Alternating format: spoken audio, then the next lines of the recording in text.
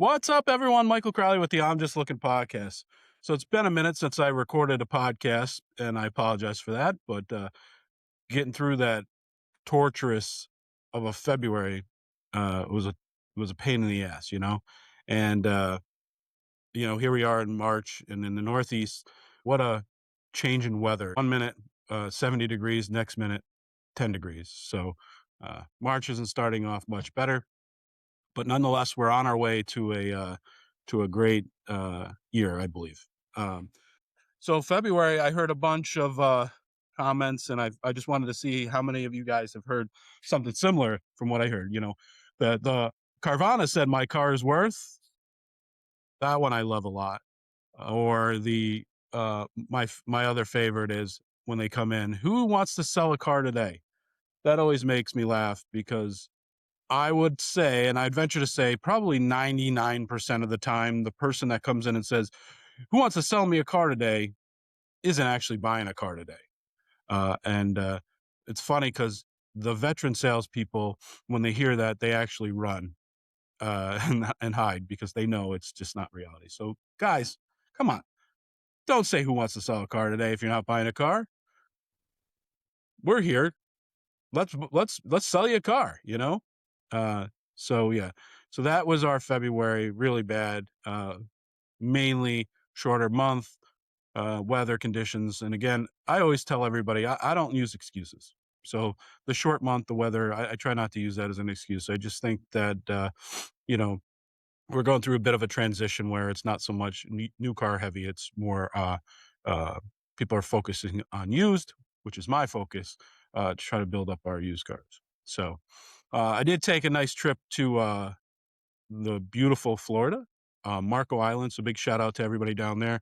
Marco Island is unbelievable, fantastic. That Marco Island, Naples area, just a beautiful, beautiful area. So, hey, any of you owners down there on Marco Island or Naples, reach out to me.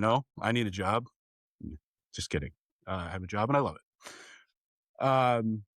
But something that I thought about a lot, and even though this is the car business and, other businesses aren't the car business, but they're customer friendly, I always like to take a look at it, how I would react as a manager to employees treating certain people a certain way.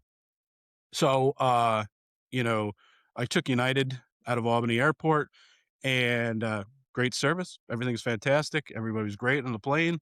Got into Marco Island. Things were great. Well, went to the uh, rental counter, which was I used budget, and we did the pre-check-in, the pre-check. It seems to be you book the car, you do a pre-check-in so that you avoid the lines, and you go right out to grab your car. Well, we went out to the parking garage and grabbed the car, and the lady said, "No, you got to go back inside and check in." I said, "Well, we already pre-checked in." "Yep, you got to check in again. So you have to pre-check in, check in, and then check in again once you get to the car." So as we go inside to the terminal, there is a line of, I venture to say 75 people in line waiting to check in. Now, we've been traveling since 5 a.m., so we were like, screw this. I don't care. We'll lose the rental fee. We went over to Enterprise, and the two guys, younger kids at Enterprise, I don't know their names, but big shout out to the two of you guys at Fort Myers Airport, Enterprise. What a fucking great job you guys did. Treated me like with respect, asked me what type of car I wanted, got me in and out. And even the person as I was leaving the airport, just phenomenal, just really friendly. Here's where you should go to eat. Here's how you should get out of here. Be careful. There's cops, on this road. Just really, really nice and professional. So big shout out to Enterprise. Big thumbs down to budget. And just, we'll talk about the flying part of it. Coming back, we flew American Airline, which I've had countless numbers of issues with American Airline to the point where I always say, I'm not going to fly American. Well, I flew American, and just from the checkout or check in with the luggage, you don't even talk to anybody, you go to the kiosk and you print your tickets and your bag, tags and all that stuff. fine, easy. But just to go up to the counter to hand the person the bag and put it on the weight, the girl probably was top 5 most disrespectful person I've ever been around in my life. And it's just, what's the big deal? You know, all we're doing is handing you our bags. Granted, the bags could be heavy, and I get that. We actually, my wife and I had to buy another uh, suitcase because we bought some stuff down there. And so we made sure our bags weren't over the 50-pound limit. And so we added another bag. But the lady was just so mean and disrespectful. It was just something simple, like my wife needed to sign her passport, and it wasn't signed. And no big deal. We asked for a pen. She said, "No, don't have a pen." And I said, "Well, what about the one that's in your hand?" She goes, "No, I can't give that to you." So instead of mentioning the one that was on a chain that was like it fell down behind the counter, we saw it and said, "Oh, can we use this one?" And, "Oh, yeah, you can use that one." But it's just like customer service, people. Come on. And then you get in there, and 2 of the American airline planes were delayed, which then messed up our plane, and it just kind of was perpetual. But it just seems like every time I see American airline or fly American airline, there's some sort of issue. I've flown a lot of different airlines in my life, and never once did I have the amount of issues that I have with American Airlines. So American Airlines, get it together. Come on. You know, we're all human. We're all here. Treat us like with some respect, please. So, but that was on the plane back. So, hey, it's what it is. We came back to it, which was funny. We're down there. It's 90s and 80s. And we came back here in New York, and it was 70 degrees for a few days. So it was we didn't come back to freezing cold weather, which was a nice transition. Can't say that now. It's going to be not freezing cold out today, but the wind is completely whipping like crazy, and I can see all our flags out there just bending like crazy. Down in Marco Island, what a great place. Again, like I said, the food was delicious, the people were fantastic, just wonderful, wonderful experience. Um, you know, we were as we were purchasing the extra suitcase, we were driving through this parking lot, and lo and behold, what I saw, and I'll put it up on the screen as I'm talking about it, was the mint, most mint, beautiful. Well, I don't know if I'd say beautiful because the car was never beautiful, but just in immaculate condition, not an ounce of rust, not a scratch, just in great, great shape, was a 90s version of the Chevy Tracker.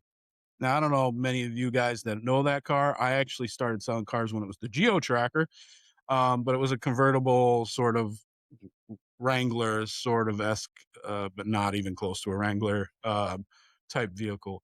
Um, not many people bought it, and honestly, was shocked to even see one in existence still, let alone in that condition. So I'll put a picture up there, which is pretty cool. Then in the same parking lot, I see the Baller Mobile, right? The one that when I was in the 90s, when I would look at somebody that was driving this car, I'm like, whoa, what did that person do? What do they do for a living? That thing's crazy.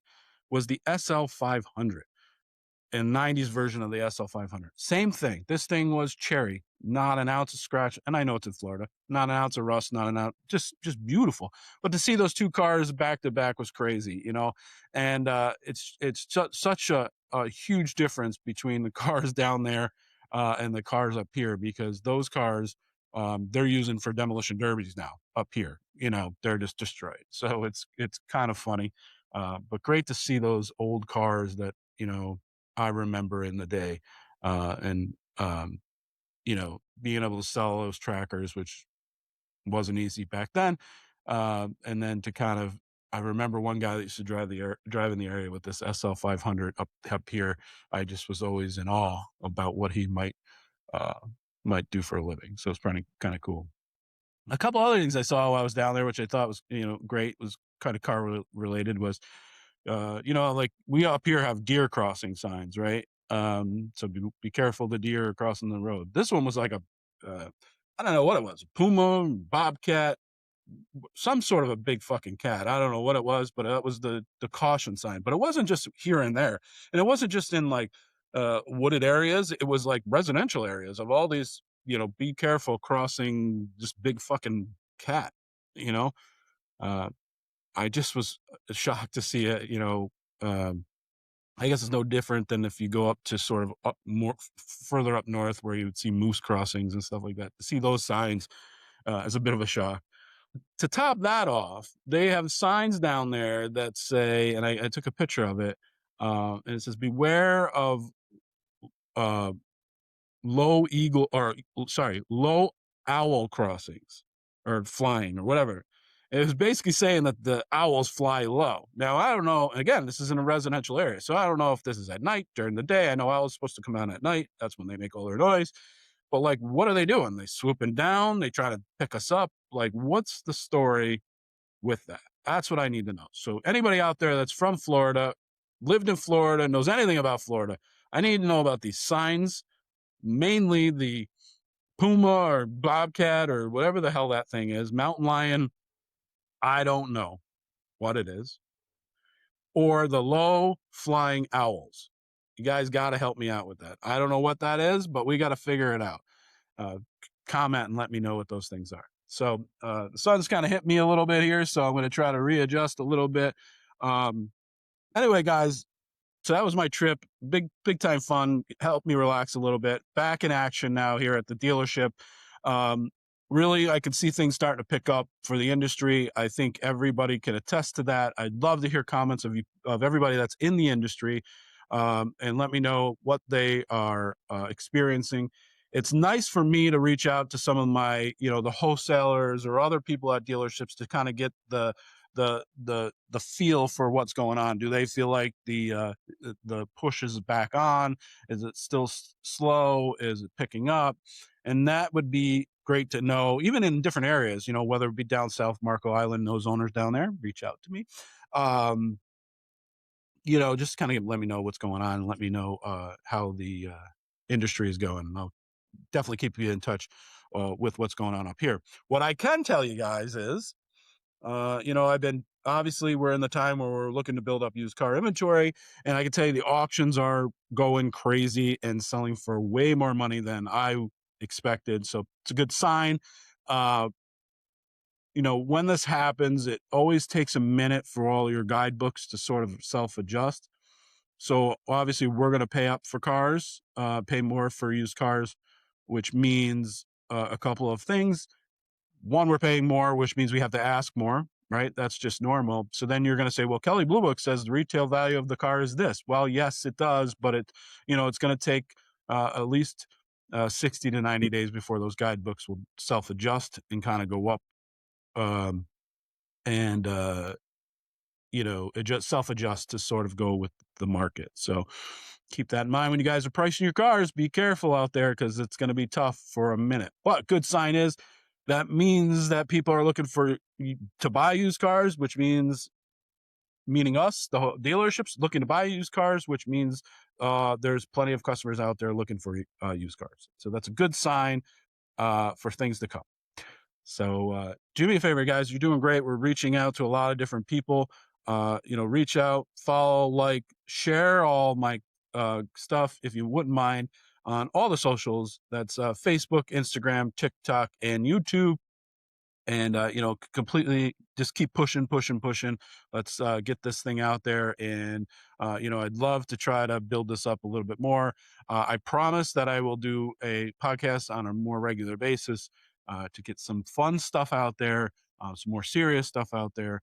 And I think the next podcast will try to address, since the things that are going on in the world right now, how gas prices that have elevated and increased, how that has affected business for us, and how we expect it to affect business going forward. So that's a good thing I think we'll bring up in the next podcast. So until then, like us, follow us, share everything if you wouldn't mind. Facebook, Instagram, TikTok, and YouTube. All right, guys, until then, I'll talk to you soon.